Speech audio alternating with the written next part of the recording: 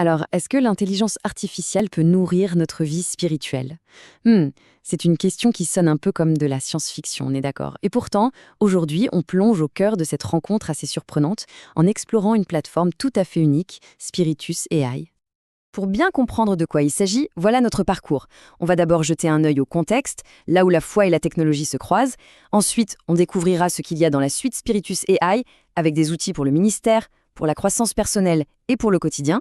Et on terminera en explorant la mission, le pourquoi derrière cette IA. Bon, commençons par le début. Pour comprendre l'intérêt d'un tel outil, il faut d'abord saisir le contexte actuel. C'est tout l'objet de cette première partie sur la foi et la technologie. Et nous voilà face à la grande question.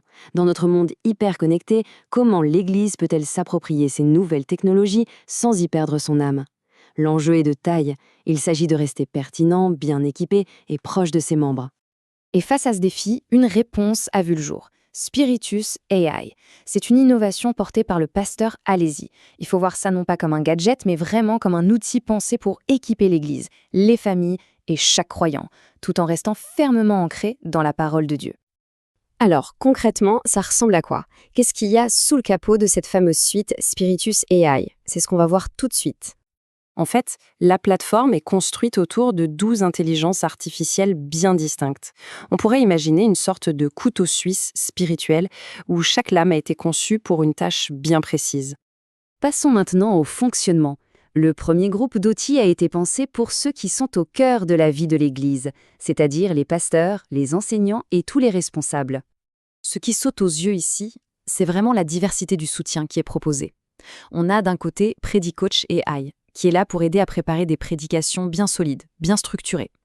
Puis, il y a Pastor AI, qui peut offrir, disons, un premier niveau de conseil. Mais ça va plus loin, avec des aides très concrètes, un créateur de leçons pour l'école du dimanche, un guide pour aider à organiser les cultes, et même un mentor pour la formation. C'est vraiment la panoplie complète pour les responsables. Mais attention, l'idée n'est pas seulement d'outiller les leaders.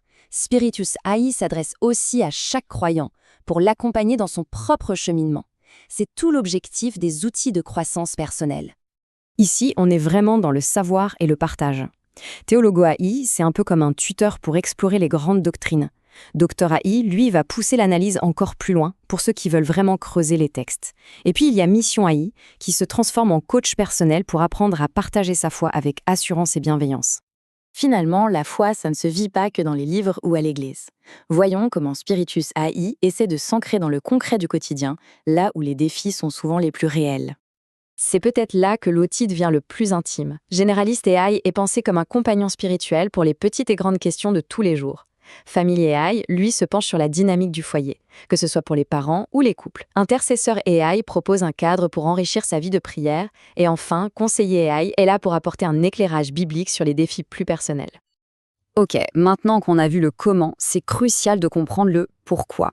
Quelle est la vision qui porte un projet aussi ambitieux que celui-ci?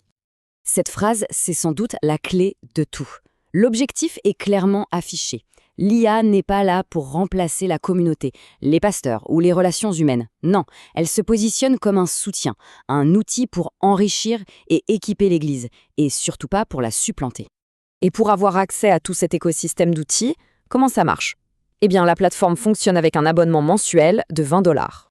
Cet abonnement donne un accès complet et illimité aux 12 modèles, et ce, 24 heures sur 24. Un autre point important, c'est que c'est bilingue, donc disponible en français et en anglais, via l'adresse qui s'affiche à l'écran. Au final, Spiritus AI soulève une question qui dépasse largement l'outil lui-même. Quel est l'avenir du ministère à l'ère du numérique? Des technologies comme celle-ci ne sont peut-être que la première page d'un tout nouveau chapitre dans la manière dont la foi s'exprime et se partage. La conversation, en tout cas, est ouverte.